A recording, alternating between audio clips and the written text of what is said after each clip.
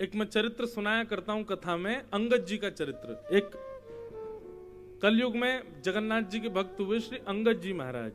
क्या नाम था? अंगद जी। अंगद जी जो थे उनको अपनी पत्नी से बहुत प्यार था, बहुत प्रेम करते थे अपनी पत्नी से। और उनकी पत्नी सत्संग से बहुत प्रेम करती थी, कथा से, सत्संग से, भगवान की लीलाओं से, कीर्तन से, इसमें उसको बड़ी रुचि। लेकिन अंगद जी को सत्संग, कथा, कीर्तन बिल्कुल नहीं भाता था। वो अपनी पत्नी से कहते थे, देखो तुमको कथा सुननी है, तुमको कीर्तन करना है, तुमको संतों के पास जाना है, तुम जाओ, पर कभी मुझे मत कहना कि तुम चलो। तुम कुछ भी करो, तुम्हारे लिए सब छूट है, मुझसे कुछ मत कहो। अंगद जी की ये बात पत्नी ने मान ली, बोली ठीक है जैसी आपकी इच्छा। एक बार एकादशी का दिन था, बढ़िया एकादशी के दिन अंगद जी की पत्नी ने क्या किया, संतों को अपने घर ही बुला लिया। बोले कि आज मेरे घर पर ही सत्संग होगा। और घर में महाराज ऐसे सब लोग बैठ करके बढ़िया हरिनाम संकीर्तन, कथा, सत्संग आदि होने लगा। इतने में अंगद जी आ गए। अंगद जी जैसे आए वो तो लाल ताते पड़ गए। महाराज बोले, मेरी बिना आज्ञा के मेरे घर में क्या ये धर्मशाला बना रखी है? सब नाच रहे हैं, गा रहे हैं, कथा कर रहे हैं। उसने जाकर के ये सब हटा दिया, महात्माओं के आगे हाथ जोड़े, बोले निकलिए यहां से तुरंत। किसकी आज्ञा से आए आप लोग? ये मेरा घर है, धर्मशाला नहीं है। यहां बैठ करके भजन पाठ, पूजन, कीर्तन, कथा कर रहे हैं, जाइए चलिए यहां से। अंगद जी ने जब ये काम किया तो उनकी पत्नी बड़ी नाराज हो गई। भक्तमाल जी में चरित्र आता है, ये ऐसी मनगढ़ंत कथा नहीं है, वास्तविक कथा है। तो श्री अंगद जी ने क्या किया, अंगद जी की पत्नी ने क्या किया,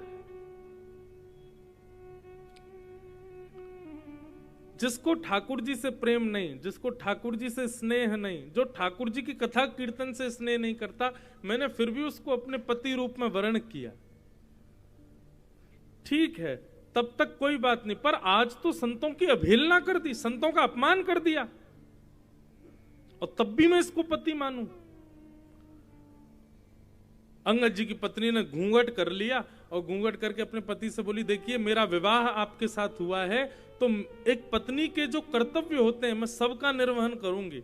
आपके लिए प्रसाद बनाऊंगी, आपके वस्त्र धोऊंगी, आपके लिए आपका ध्यान रखना, आपको औषधि देना, सब मैं करूंगी, पर मैं एक हरि विमुख व्यक्ति को अपना मुख नहीं दिखा सकती। इसलिए आपसे भी प्रार्थना कि जीवन में कभी मेरे मुख देखने की इच्छा मत कीजिएगा। मैं रहूंगी आपके साथ, सब करूंगी, एक पातिव्रत धर्म का निर्वहन करूंगी, लेकिन अपना मुख नहीं दिखाऊंगी, ये मेरा संकल्प है। अंगद जी ने खूब हाथ पांव जोड़े, बोले अरे गलती हो गई। बोले नहीं, आपने संतों की अवहेलना की कैसे, और संतों का जो नहीं है वो मेरा नहीं हो सकता। मैं उसको कम से कम देखूंगी नहीं, इतना तो मैं निर्णय ले ही सकती हूं। 1 महीना, 4 महीने, 5-6 महीने बीत गए, 1 साल बीत गया। 1 साल तक अपनी पत्नी को देखा नहीं। एक ही घर में रहते हैं, एक ही साथ भोजन करते हैं, लेकिन पत्नी मुंह छुपा करके रखती है। अंगद जी बहुत परेशान हो गए, क्या करूं। एक दिन अपने घोड़े पर बैठ करके जा रहे थे तो वहीं कहीं कथा हो रही थी।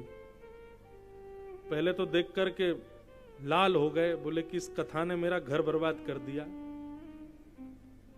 पर इस कथा में ऐसा है क्या जो पत्नी को ये इतने प्रिय लगते हैं कि अपने पति को नहीं देखना चाहती। घोड़े को एक जगह बांध दिया और दूर पीछे जाकर के अंगद जी बैठ गए, सुनने लगे ये होता क्या है कथा में। और कथा सुनते सुनते सुनते सुनते सुनते थोड़ी देर में देखा कि सारे श्रोता खड़े हो गए। अंगद जी बोले, भैया आप लोग खड़े क्यों हो गए? बोले कथा विश्राम हो गई। बोले इतनी जल्दी?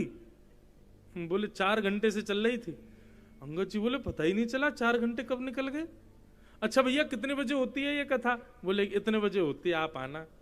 अंगद जी दूसरे दिन महाराज समय से आ गए, फिर पूरी कथा सुनी। उनको इतना सुख मिला, इतनी शांति मिली उनके चित्त को। जो 24 घंटे अपनी पत्नी को याद करते थे, 24 घंटे इसी में लगे रहते थे, अब क्या करना, अब वो शांत रह करके शांत भाव से कथा सुनते। तीसरे दिन अंगद जी जैसे ही पहुंचे तो देखा आज तो कोई भी नहीं आया। अंगद जी ने किसी से पूछा, भैया कथा? बोले कथा तो कल विश्राम हो गई। अंगद जी इतने व्याकुल हो गए, बोले कि अब कब होगी कथा? बोले व्यास जी तो अब अगले वर्ष आएंगे। अंगद जी बोले भैया मुझे व्यास जी का पता बताओ। बोले वो तो अगली कथा करने गए यहां से बगल वाले गांव में। अंगद जी अब रोज उस गांव में जाने लगे, वहां कथा सुनने लगे। अब तो कथा के प्रति धीरे धीरे अंगद जी का भाव बढ़ने लगा।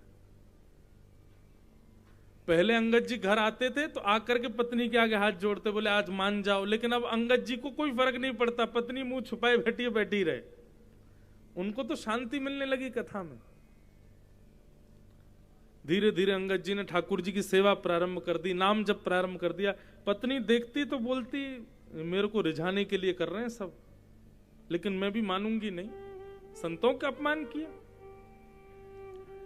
एक दिन उस नगर में फिर से कथा प्रारंभ हुई और अंगद जी महाराज कथा सुन। दोनों को ही नहीं पता कि दोनों एक ही कथा में जाते थे।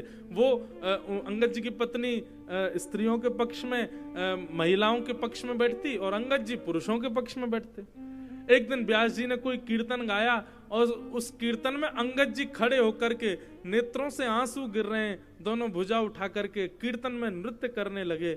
पूरी जनता उनको देखने लगी। तभी अंगद जी की पत्नी की दृष्टि गई, कौन नाच रहा है? और जैसे ही पीछे मुड़ करके देखा, अंगद जी को देख करके उसको विश्वास नहीं हुआ कि ये मेरे पति ये नृत्य करने हैं।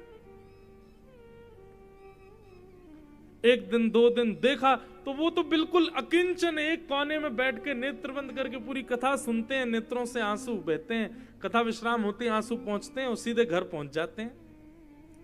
पत्नी समझ गई, बोले कि अरे ये तो वैष्णव हो गए। आज जब अंगद जी कथा सुनकर के लौट करके आए तो पत्नी ने घूंघट ऊपर कर रखा था।